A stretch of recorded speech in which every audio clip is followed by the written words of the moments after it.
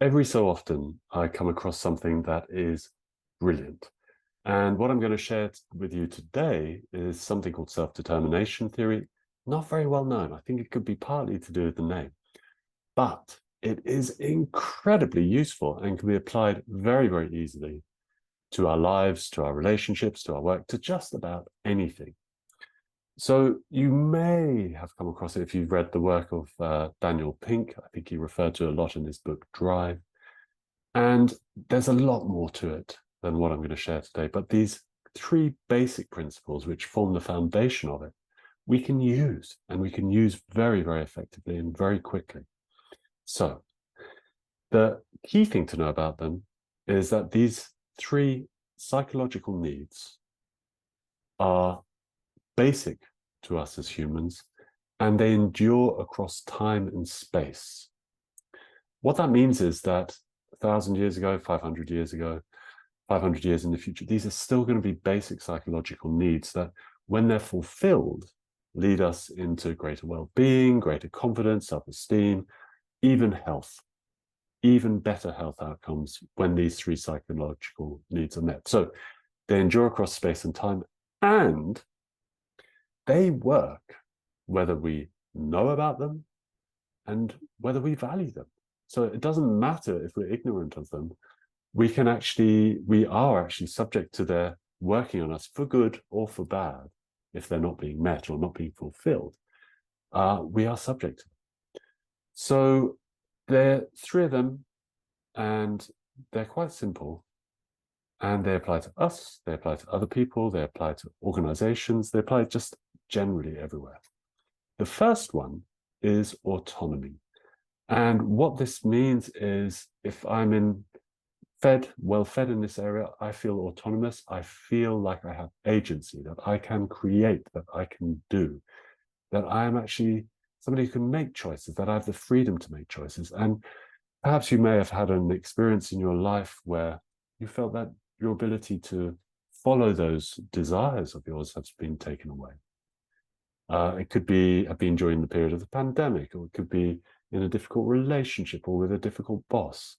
That feeling of that helplessness, that is when this need is not being met, or is, in other words, being thwarted.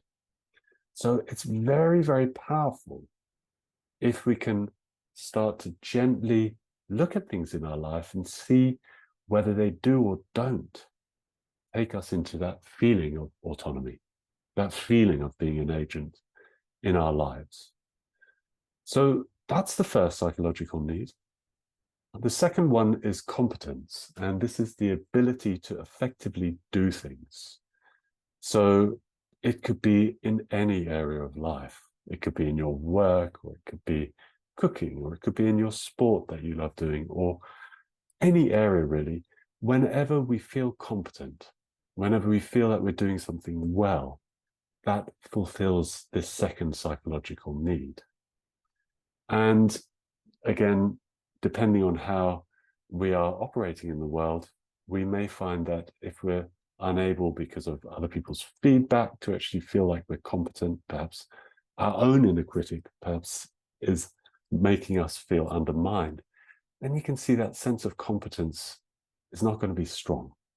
And this has knock-on effects across our lives. So that's the second. We've had autonomy, competence, and the third is relatedness.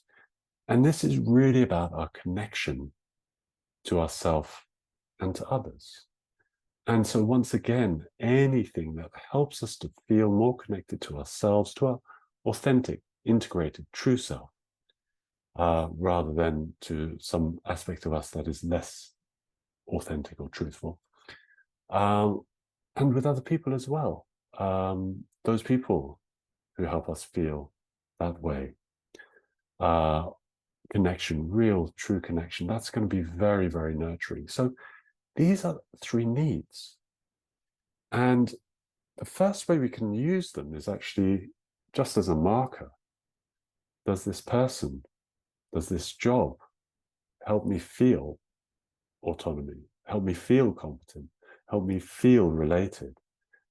If it doesn't, then we may need to ask ourselves some questions. We may need to actually do something about it. perhaps work on ourselves, perhaps work on the relationship, perhaps even at the extreme, sometimes we have to avoid relationships or move jobs or something like that. So the first use is really as a measure, a very, very basic measure of whether these needs are being met. And the good thing about it, it is very, very well researched. And what I love about this 3 principles, they're so quick to test. You know, you can just ask yourself a question. Does Joe at the office help me feel competent? Yes? No? Well, sometimes. That information is just so, so useful. And it's so easy to remember these 3 principles. It's not a lot to remember. So a measure is the first way to use it. The second is to actually use it to really nourish ourselves. So once we've decided that perhaps work is not so nourishing in the area of autonomy, we can start to bring on board ways that we actually feel more autonomous, given that sometimes there are circumstances beyond our control. Even if they are beyond our control, just asking that question can bring us into a sense of more autonomy, more freedom, more sense of our own agency. So that's the second major way. So the first way is as a measure, a marker to sort of reflect on whether things are actually fulfilling these needs.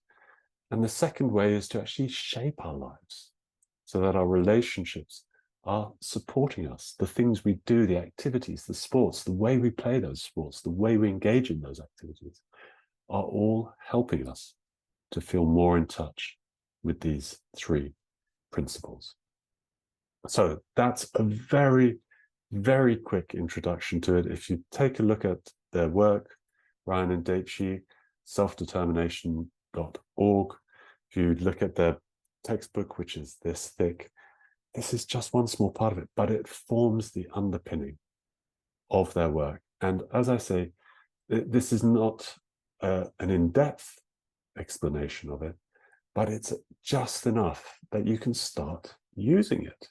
And that's the beauty of something like this, and why I said I think it's such a brilliant, brilliant theory, is because it is so applicable so quickly.